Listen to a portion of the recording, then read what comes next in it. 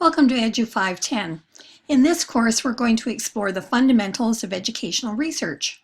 What does it mean to do research? How is that different than any other information gathering activity we can engage in? How can we ensure our actions are ethical as researchers? How do we actually do research? And for what purpose? We're going to begin to explore these questions in this course, and you'll continue to the upcoming courses after this one. And by the end of the course, my goal is that you will feel much more confident about your ability to pursue your research question thoughtfully, knowledgeably, and ethically.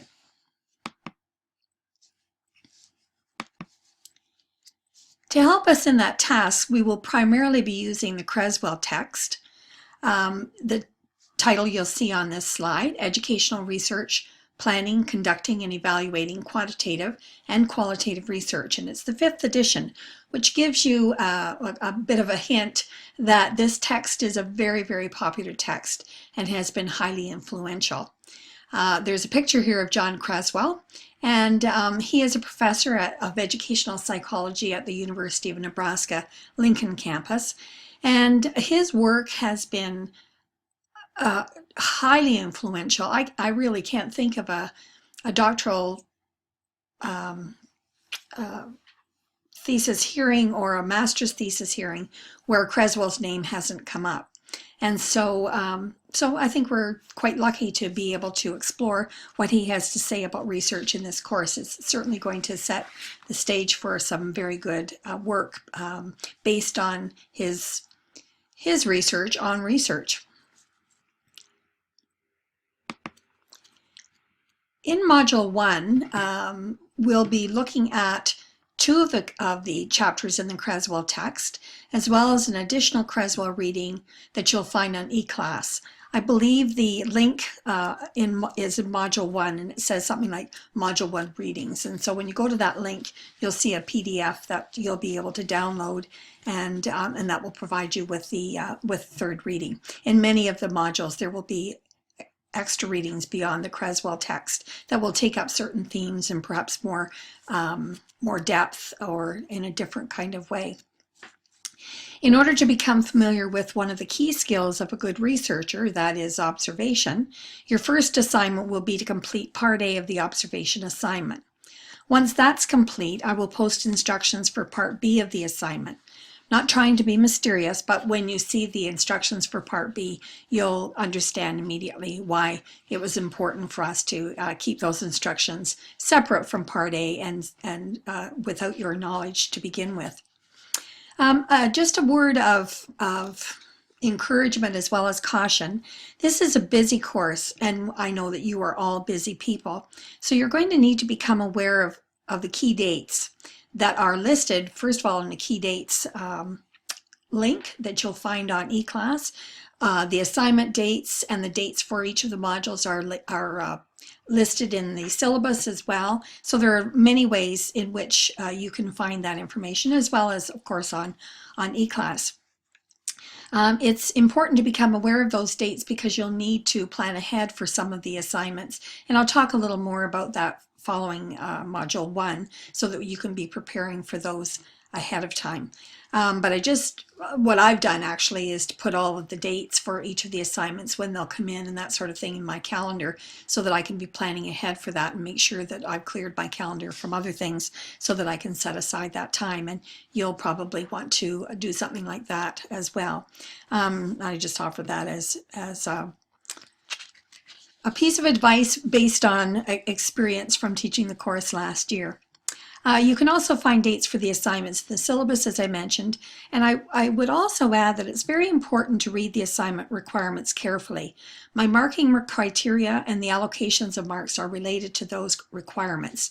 And if you have any questions about them at any time, of course, I'm always willing to discuss your questions with you, and we'll try to find a mutually satisfactory resolution to whatever that question or those questions may be. So let's return to the question that that was introduced a little earlier, and the one that is at the heart, really, of this course and of the text, of the Creswell text and the other readings. And of course, that question is, what is research? A corollary question, and one that's equally important, is how do you do it well? That is, how do you do research well? In the Creswell text, he talks about research in the way that I'm quoting in this slide. And he talks about research as a systematic, and I've added, and theoretically informed examination of a particular phenomenon or a phenomena in a social context. I've added those words because I think they're important for us to recognize as a way to kind of differentiate research from other kinds of information gathering activities. Research is theoretically informed. It's also theoretically self-conscious in the sense that we all, when we encounter any kind of social phenomena, bring our own lens or our own theory, our own ideology, our own epistemology to the phenomenon that we're trying to make meaning of. And we do that all the time. When we cross the road, when we're in a different country and the signs say something different than we expect, or whatever. We're constantly making meaning of the world in which we live. Research does more than just is informed by more than just what we know at that moment. Rather, it is adding additional lenses. You could think of it sort of like when we go to the optometrist's office and we go in, our lenses may be clouded. For example, I had to have cataract surgery a couple of years ago. My lenses were clouded. I was seeing the world, but I was seeing it partially. And sometimes that's how we see the world. We see it through the lens of our own experience, and we may then not see things that are equally important through another lens or another experience. So theories help us, enable us to see differently, more clearly, more fully, in a more complex way. Research is a systematic and theoretically informed examination of a particular phenomenon or phenomena in a social context, but it is not opinion, common sense, or even previously held knowledge. All of those things are fine in their place, and research may even confirm previous knowledge. It may confirm our opinion. It may confirm common sense, or it may not. But what it does is it offers opportunities for seeing differently, understanding more deeply in a more complex way because of the way in which that phenomena is examined and the particular processes by which we examine that phenomena. So research is knowledge that begins with an identifiable and carefully considered question or problem, and then follows a process of knowledge construction that allows the researcher to report on those findings in a trustworthy way. And all of these words, keywords, are words that are going to be taken up in Creswell and we'll be talking about substantially throughout the course. And a researcher does that in order to provide an informed response or a deeper understanding of the problem, which may prompt more knowledgeable action that may make a difference in addressing the problem.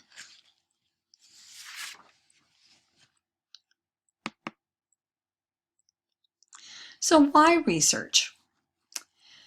Well, there are many ways, but many reasons rather, but certainly some of the ones that I've listed here are some of the reasons why we do educational research, for example. Educational research helps us to understand the world, and that is the world of the school, the world of the classroom, the world of the community in which the school is located, the world of policy, and so on. And the world in which we live and we do our work and we act in the world. And research helps us to understand how that world is organized, how our actions affect others, how we can live well with others, how we can come to know the other. And when we're talking about the other, we're talking about those with whom we share a deep common bond often, but may have different kinds of life experiences, may look at the world through different cultural lens, through a different linguistic lens, a different religious lens, and so on.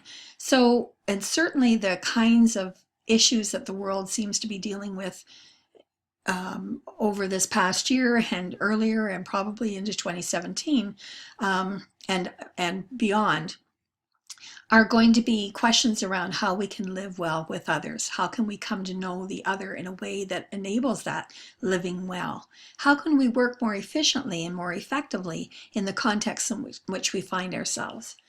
So these are the kinds of questions that tend to occupy us in educational research. And all of these kinds of research questions and the answers and the understandings that we are able to seek through research help us to develop policies and governance at the local, at the provincial, at the national, and the international level that work well in achieving the common good through social institutions. And those social institutions can be at the micro level, the school, the community, neighborhood, at the meso level, at the city level, for example, at a small town level, a community, a larger section of the community level, or at the macro level of human activity. And in that way, research is highly important in helping us to work and live and understand the world in which we act. So how do we do research? And this is part of what you will be looking at in the chapters for this module, as well as throughout the course in more detail. And I'll answer that question by talking about the research that I did for my master's thesis. When I was doing my master's research, I identified a research problem based on my own experience, and often that's where research starts. It comes out of our own experience, a question that an itch that has to be scratched in our experience that we don't quite understand. And in my case, I had been teaching in a First Nations community. I had been principal for a couple of those years, and I had questions around how it was that First Nations and non-First Nations administrators could work better together, because there were many challenges across cultures, across systems, across different understandings of the world, and so on. And so my issue was that, and so I had a very large question. How do I then take that question and make it something that I can actually work with in a meaningful way? So I reviewed the literature, and I went to various bodies of literature around cross-cultural communication, for example, around Native education, around public education, and the literature around administration in that area. Various policy documents, etc., etc. And so as I was reviewing the literature, I was able to refine my question as well as expand the body of literature that I was going to be able to draw on. At the end of that literature search, I was able then to specify a purpose for my research. And the purpose for my research was it was kind of at a meta level, in the sense that I wanted to understand understanding in cross-cultural administrative contexts. And the particular context that I was going to be looking at was the Ontario context, because that's where I was, and more specifically the Southern Ontario context. And in that context were several First Nations bands. And many of them worked with, as well as outside of, the provincial system. And so there were ways in which these two systems worked with and against each other in certain kinds of cases.